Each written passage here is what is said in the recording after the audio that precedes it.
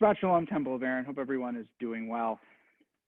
I am starting a book club, and I'm asking all of you to be a part of it. It's actually a book club. It has two books we're reading simultaneously. The first, which you probably could guess since it's Shabbat, is the Tanakh. We use the Eitz Chaim here at the synagogue. The other is Stephen Covey's 7 Habits of Highly Effective People. This book I've actually read before, and I'm now reading it again for a new class that I'm taking beginning next week. So I hope people will come along with me. And the reason we're having these two books, obviously the Tanakh, that is our source of knowledge and our source of reflection. But I was also talking with people over the holidays and how we could all connect. What are things we could do together? The stone, which is a perfect example, I actually have one here, right? A sacred rock that we use, was something we're all doing together. And hopefully if we all have this book together, I encourage people to buy it on Amazon after Shabbat if they'd like, or many of you I know have it at home already, and we'll be rereading it through my next several sermons. On Rosh Hashanah, I spoke about hope, ways to keep Judaism intact and even improve our lives through Judaism, and using our time during COVID-19 to be better, to take classes for adults, to have Shabbat dinner as intimate families, and to help give back to your community. And some of you took that advice, some of you liked the advice and didn't take it, and maybe some of you ignored it. But I am now trying to turn that hope for our community and for Judaism into individual productivity.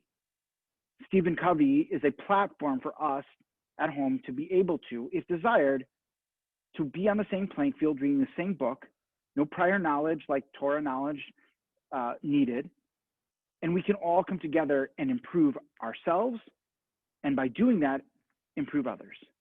COVID-19 is absolutely an opportunity for self-assessment, which is crucial when we have the time to work on ourselves. We're in Bresheit, the very beginning parsha of the Torah. In chapter 3, we read, "V'hanachash haya arum mikol chayot hasadeh asher asa Adonai Elohim vayomer el ha'isha af ki amar Elohim lo tochelu mikol etz hagan." It's a very famous scene. And now the serpent was more crafty than any of the wild animals the Lord God had made. He said to a woman, "Did God really say you must not eat from any tree of the garden?" And then we know the story, right?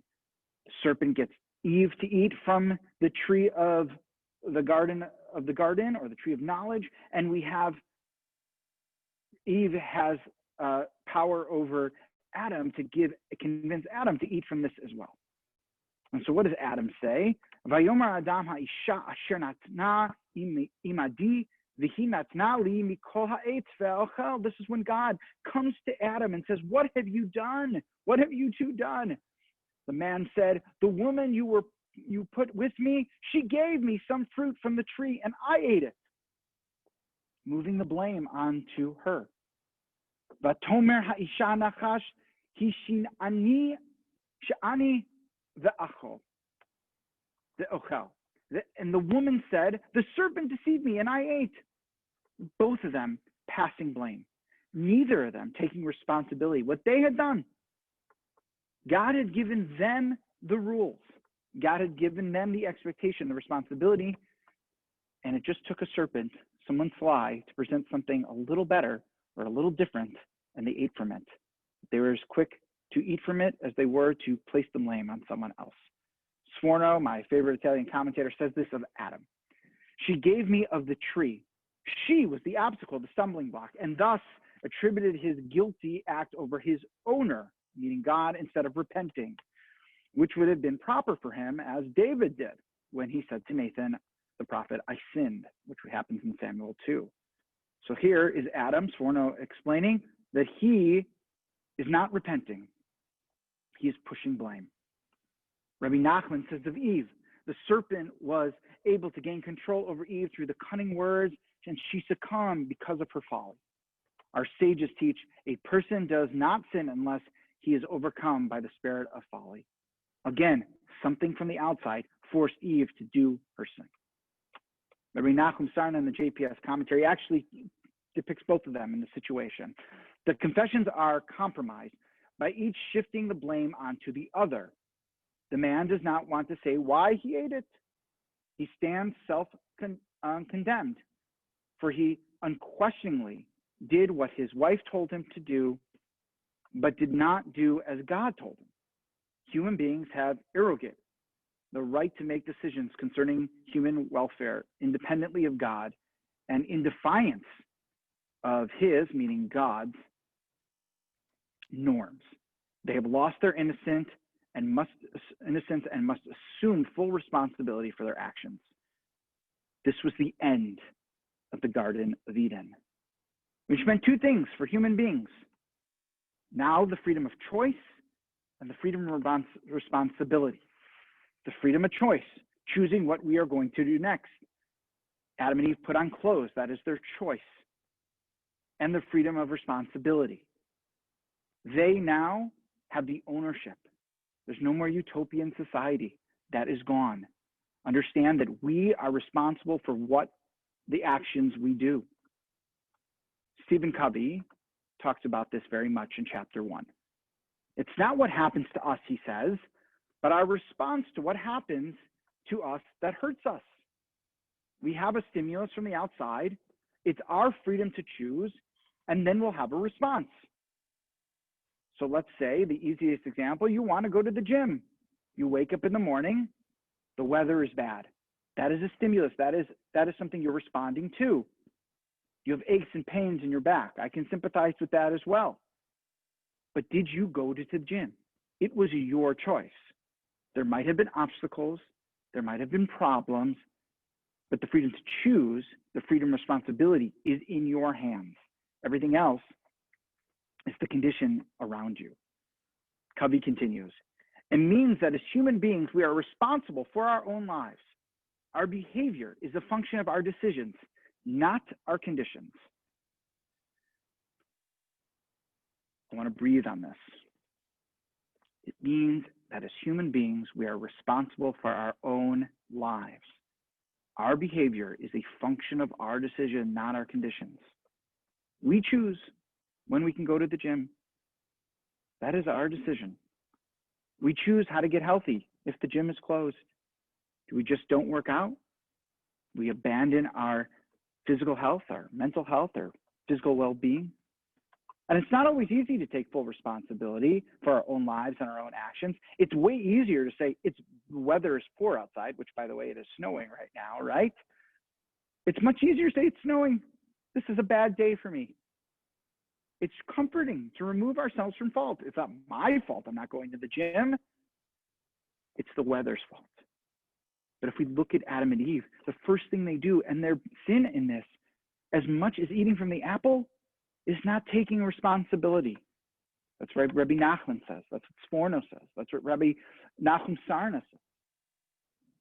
Covey explains it this way. Holding people to the responsible course is not demeaning. It is affirming. Proactivity is a part of human nature. And although the proactive muscles may be dormant, they are there. By respecting the proactive nature of the other, we provide them that at least one clear, undistorted reflection from the social mirror. Proactivity is a part of human nature.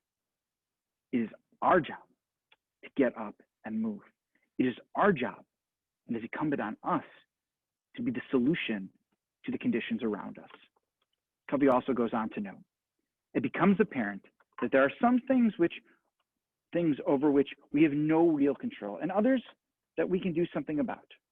Proactive people focus on their efforts in the circle of influence. Reflective people focus on their efforts in the circle of concern. How are you going to be in the circle of influence? How are you going to be the proactive person? There are a lot of conditions around us right now. COVID-19 is debilitating, is isolating, but it's up to us to remain proactive, to be great members of society, helping people, lifting them up, lifting ourselves up, even staying in shape. Ultimately, as Covey notes, if you really want to improve your situation. You can work on the other thing over which I have control, myself. That's the only thing you can work on. You can't change the weather. You can't change what's going to happen to you. You can change how you respond. Happiness, like unhappiness, is a proactive choice. COVID-19 is the condition. It's a horrible condition. It is sad. It is lonely. It is difficult. It can be depressing. Those of us lucky enough to remain healthy during this time have to continue to choose to be proactive, to take matters into our own happiness, in our own lives, for our own families, to create a better world for ourselves, build things around the house that you never thought you could get done. We've done that at the synagogue, putting in different measures to help us look better, and the chapel is a great example of that.